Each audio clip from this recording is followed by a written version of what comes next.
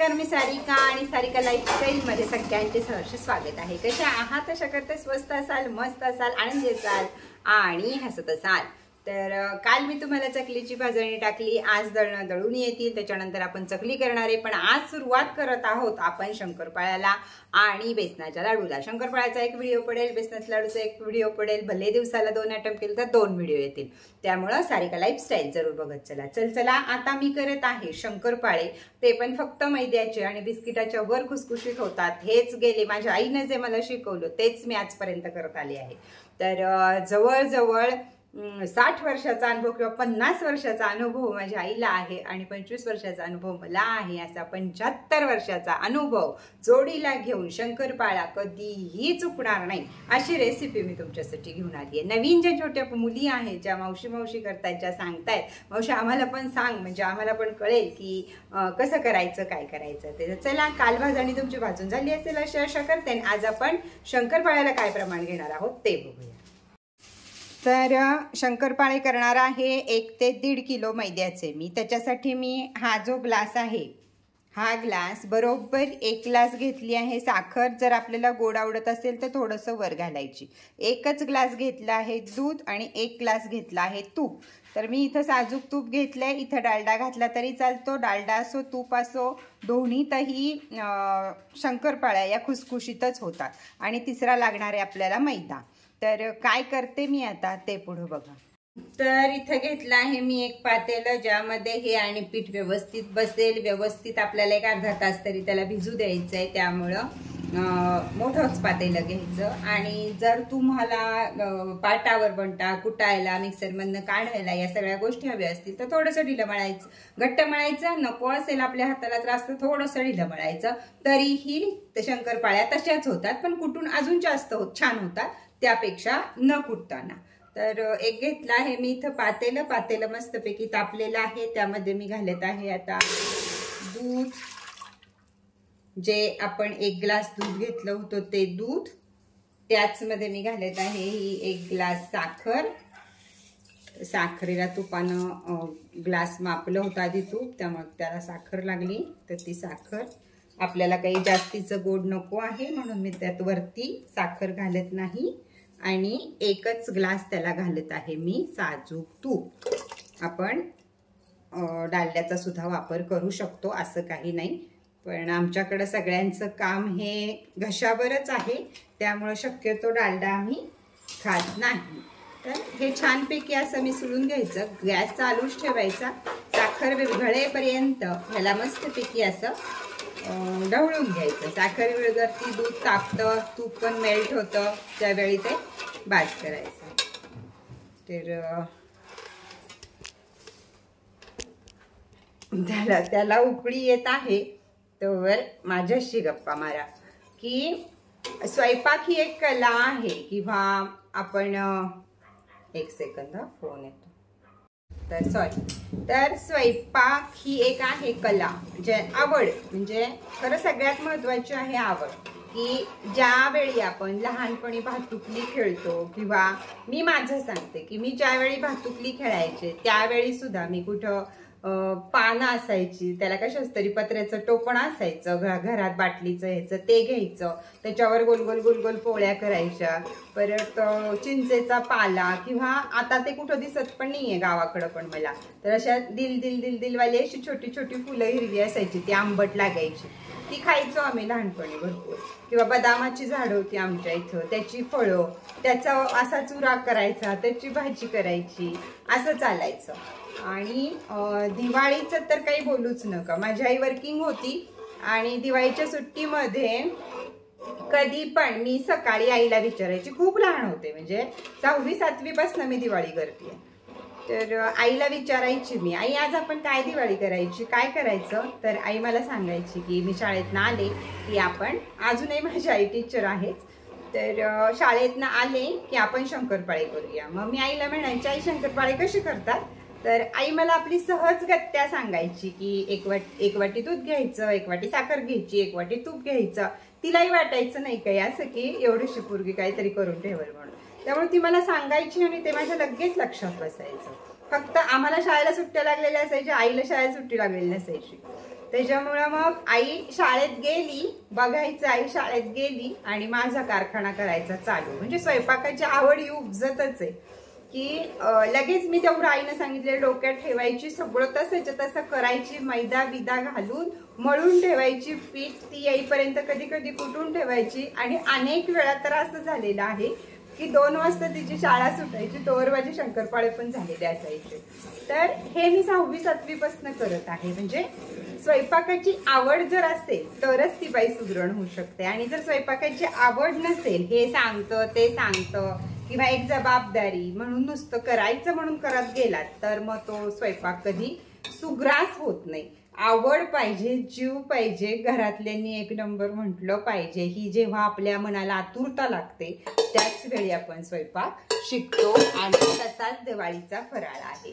पूर्वी आमच्या वेळी काय व्हायचं की वर्षातनं एकदाच हे सगळं केलं जायचं, पण आता आपण वारंवार करत असतो की गौरीला आपण घरात शंकरपाळे करतो, मध्ये मुलांना खाऊ वाटले करतो. पण त्या काळात दिवाळी, तो नवा ड्रेस, ते फटाके, या जे काही असायचं की कधी पहाट होतीये, कधी आई आंघोळ घालतीये, मग कधी नवे कपडे घालतोय, मग कधी फटाके उडवतोय. त्यात सुनेत्राची माझी भांडणं असायची. मी फटाक्याला घाबरायची, ती घाबरायची नाही, ती माझे फटाके घ्यायची.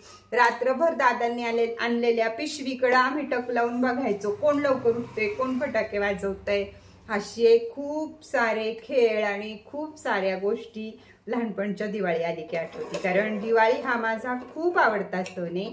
त्या सणांमध्ये सगळ्यात जास्ती आवडीचं माझं आहे ते म्हणजे फराळाचं करणं. काय माहिती, मला तीच आवड सगळ्यात जास्त आहे. घराची स्वच्छता आणि फराळाचं करणं हे मला खूप आवडतं. तर मी जी कोणी आज आहे किंवा मला जो काही चांगला स्वयंपाक येतो, या सगळ्याची सूत्रधार माझी आई आहे. की खूप लहानपणापासून तिनं माझ्यावर विश्वास टाकून हे कर ते कर, तिलाही माहित असायचं सारिका बरोबर करणार. आणि त्यामुळं मी शिकत गेले.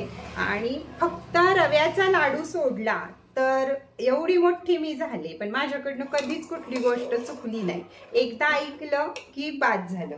याच प्रकारे माझं कायम चालायचं. आणि तेवढीच हुशार सुनेत्रा पण आहे की एक मिनिट,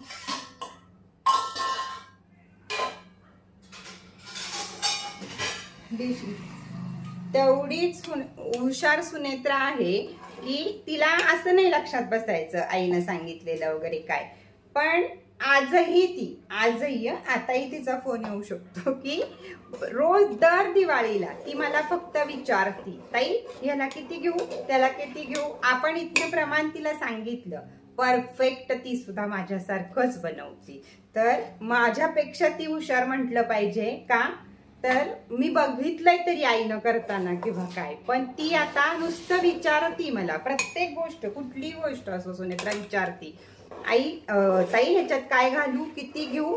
आणि बरोबर तिथं करणार सगळं. मध्ये काही अडलं तरी फोन करून डोकं खाणार आणि बरोबर करणार. तर ही आवड, हे सगळं आपल्याला आईकडनं येतं. आणि म्हणून म्हणतात की एक स्त्री शिकलेली असेल किंवा एक स्त्री हुशार असेल तर कुटुंब हुशार होतं. त्याच प्रकारचं माझं माहेरचं कुटुंब आहे की आम्ही सगळ्या जणी सुगरण आहोत. माझी आई सुगरण आहे, त्यामुळं आम्ही सगळ्या जणी सुगरण आहोत. अजून दुसरी गोष्ट म्हणजे अनिकेत आणि हे दोघं जण अतिशय आवड दोघांना सुद्धा फराळाचं करायची. आता कामं वाढली, व्याप वाढले म्हणून जेव्हा नवीन लग्न झालं आणि आम्ही बाजूला जेव्हा राहायला लागलो, चुलत्यांच्यातच एकत्र होतो, पण नंतर जेव्हा बाजूला राहायला लागलो तर माझी नोकरी, माझं सगळं काम, हे सगळं बघून ही दिवाळी करणं मला अवघड व्हायचं. मग त्यावेळी मी काय करायची, 6 वाजता वगैरे सुटायची मी. 6 वाजता 7 वाजता घरी आलं की स्वयंपाक करायचा, अनिकेतच्या शाळेचा अभ्यास वगैरे घ्यायचा आणि अनिकेतला झोपी घालायचा. आणि मग जवळजवळ 10 वाजता वगैरे फराळाचं करायला चालू करायचं. आणि काळ असा होता तो की गॅसवर करू शकत नव्हतो. गॅस एवढा महाग होता आणि परिस्थिती एवढी गरीब होती की जर आपण दिवाळीचं करायला गॅस संपवला तर उद्या कामावर जाताना चुलीवर स्वयंपाक करावा लागेल, अशी घाई असायची. म्हणजे अशी परिस्थिती होती. त्यामुळं तो सगळं करायचं ते स्टोववर करायचं. आणि मला स्टोवचं आणि माझं काय वाकडं होतं काय माहित, मला कधी स्टोव पेटवताच आला नाही. त्याच्यामुळं मग तुमच्या दाजी मस्तपैकी स्टोव पेटवून द्यायचे. शंकरपाळ्या असू देत, लाडू असू देत, काही असू देत, बरोबरीनं माझ्या तळून घ्यायचे, करू लागायचे. आणि परत अनिकेत मोठा झाला तर त्याला सुद्धा लहानपणापासून या सगळ्याची आवड होती की मी कुरडया जरी करत असले तरी अनिकेतला एक शेवगा लागतो, अशी त्याला पण आवड झाली. म्हणजे अनिकेतला आणि यांना सुद्धा संपूर्ण दिवाळीचं सगळं फराळाचं करायला येतं. माझ्या हाताखाली करून करून दोघांना छानपैकी चकल्या घालून द्यायला येतात, लाडू वळायला येतात, शंकरपाळे लाटायला येतात, सगळं येतं. तर आपल्या मुलांना, मुलगा असू दे नाही तो मुलगी असू दे, लहानपणापासूनच सगळ्या गोष्टीची आवड लावा. तर ही आवड आता आमच्या परीला पण आहे. म्हणजे सुनेत्राच्या मुलीला सुद्धा अतिशय स्वयंपाकाची आवड आहे, भांडी घासायची आवड आहे, ह्याच्यावर चढती, ओट्यावर चढती, कपशा विसळून टाकती, परत केरं काढती, परत दारात चप्पल तिला आवडत नाहीत अजिबात, इकडं तिकडं ठेवलेल्या, एक मिनिटाला जाती दारातल्या सगळ्या चप्पल ओळीत लावती. तर हे सगळं आईवर अवलंबून असतं. त्यामुळं प्रत्येक आईनं एक हुशार आई बना, आपल्या मुलांना असंच हुशार करा. तर हा गप्पांचा माझा हेतू होता. तर मी गप्पा मारत मारत काय काम केलंय ते आता बघा. तर बघा गरमच तेच तुमच्या फक्त साखर विरघळली आणि त्याच्यामध्ये मी असा थोडा थोडा थोडा करून मैदा हा एवढा घातला. साधारण 1.5 किलोच्याही वर मैदा असा बसला. असा डिशनं घेत घेत घेत मी त्या गरम ह्याच्यात मैदा असा कालवला आहे. पण आता याला म्हणजे इतकं बाद झालं हे फुगणार आहे भरपूर. आणि मग ह्याला कुटायची गरज नाही पडणार, किंवा लागलं कुटायला तरी मग मिक्सरमधनं थोडंसं काढायचं, किंवा आपण कणिक मळतो त्याच्यातनं काढायचं, नाहीतर मग शेवटी हातानं कुटायचं, या दुधाचा हात लावून थोडंसं, तर मग अजून शंकरपाळे छान होतात. तर माझ्या मते एवढा मैदा बाद झाला म्हणजे आपल्याला जास्त कुटावं लागणार. तर ते जे प्रमाणे मी 1 ग्लासचं घेतलं होतं त्याच्यामध्ये 2 किलोमधला एवढासा मैदा राहिला आहे माझा. म्हणजे एक अर्धा ग्लास मैदा फक्त राहिला आहे, पावशेर सुद्धा त्याला म्हणता येणार नाही, तेवढासा मैदा शिल्लक राहिला. बाकी सगळा मैदा 1 ग्लासच्या त्या माझ्या प्रमाणात बघा 2 किलोतला एवढा मैदा शिल्लक राहिलाय. आणि हे आता परफेक्ट झालेलं आहे. याच्यापेक्षा अजून नको, कारण हे आता खूप घट्ट होणार आहे, फुगणार आहे. आणि मग आता ह्याला आपण 15-20 मिनिटं रेस्ट देऊया, अर्धा तास रेस्ट देऊया, तोवर दुसरं काहीतरी करूया. चला परत लाटताना तुम्हाला दाखवतेच.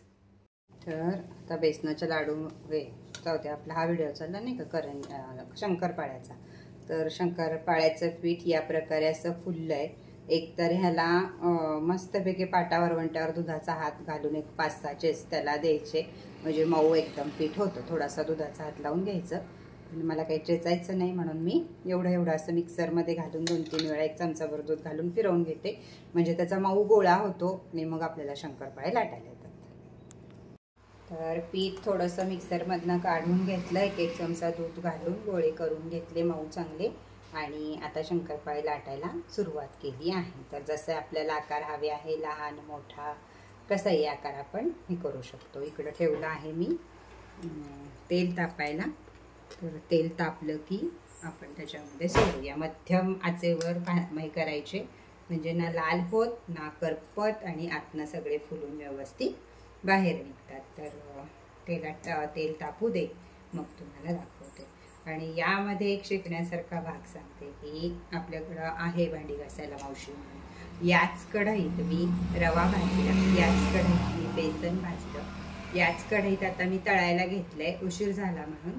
नाहीतर याच कढईत मी पहिल्यांदा सारण केलं असतं करंजीचं आणि नंतर तळायला घेतलं असतं, म्हणजे दुसऱ्यालाही जास्त भांडी पडत नाही, त्रास होत नाही, आणि एका ह्याच्यातच आपलं पण सगळं काम व्यवस्थित होतं.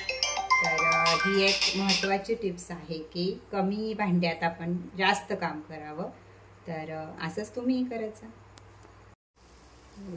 हे बघा, इथं मस्तपैकी तेल तापलं आहे आणि शंकरपाळे तळायचं चालू आहे. या प्रकारे एकदा त्याच्यावर असं रंग चढला की थोडा वेळ गॅस बारीक करायचा आणि लगेच परत वाढवायचा, नाहीतर मग ते तेलकट होतात, त्याच्यात नुसतं तूप राहतं. म्हणजे ते भाजण्यावर सुद्धा कला आहे की ते तुमचे कुरकुरीत होणार का मऊ होणार. त्यामुळं प्रत्येकच गोष्ट परफेक्ट झाली पाहिजे, त्याशिवाय परफेक्ट कुरकुरीत बिस्किटसारखे शंकरपाळे होणार, खारीसारखे शंकरपाळे होणार नाही. त्यामुळं लाटण्यालाही तितकंच महत्त्व आहे, कुटण्यालाही तितकंच महत्त्व आहे, प्रमाणालाही तितकंच महत्त्व आहे आणि तळायलाही तितकंच महत्त्व आहे. तर या सगळ्या जर तुम्ही टिप्स फॉलो करून याच प्रकारची शंकरपाळी केली तर सगळ्यांच्या शंकरपाळ्या सुंदर होतील. शंकरपाळी तळायला वेळ लागतो, बाकीच्या ह्याच्यासारख्या त्या भरकन होत नाही, का तर त्याच्या लेअर सगळ्या होऊन आतून तळून होसतोवर त्याला वेळ लागतो. तर चला, या प्रकारे माझे शंकरपाळे होत आहेत. तर शंकरपाळे तयार झालेले आहेत. कशी वाटली तुम्हाला रेसिपी ह्याच्यासाठी छान छान कमेंट करा. उद्या बघाल बेसनाचे लाडू, परवा बघाल चकली चिवडा. तर अशाच रेसिपी माझ्या येत राहतील दिवाळीच्या फराळाच्या. तर सगळ्यांनी बघा, लाईक करा, शेअर करा आणि सबस्क्राईब करा. दिवाळीत काहीतरी ताईला पण गिफ्ट द्या. सारिका लाईफस्टाईलचे 40,000 झाले पाहिजेत असं मला वाटतं. तुम्हाला वाटत असेल तर तुम्ही एकमेकांना शेअर करा. तर बघा शंकरपाळे हे तयार आहेत. शंकरपाळे मस्तपैकी एवढ्या लेअर त्याला अशा येतात.